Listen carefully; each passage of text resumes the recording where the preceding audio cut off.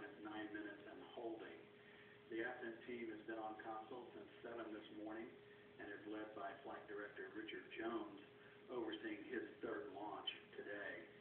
Handling communications with the crew aboard Atlantis is astronaut Charlie Hobaugh, with astronaut Steve Frick serving as the interface with astronaut Lee Archambault, who is flying weather reconnaissance around the Kennedy Space Center in a modified Gulfstream aircraft.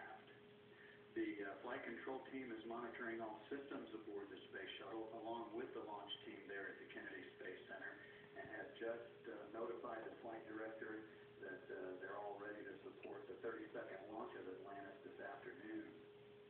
The ascent team has spent the majority of the day evaluating the weather conditions at the launch site in the event an emergency return to the shuttle landing facility is required. The team also evaluates weather and contingency runways in Spain and in France. Presently, conditions are favorable to support an overseas landing if one becomes necessary during the launch phase. Because Atlantis is launching into a 51.6-degree inclination, essentially on a northeasterly trajectory from the Kennedy Space Center, the primary oceanic abort landing site today will be Zaragoza in Spain, with Morón in Spain and Istres, France, those two sites available as backup if necessary.